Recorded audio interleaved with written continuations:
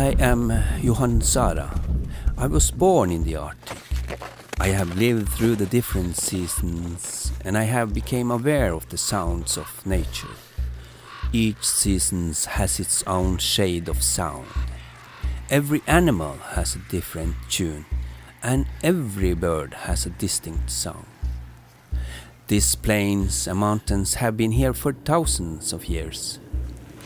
But the Arctic climate is changing, and the change affects everyone. Everything goes so fast.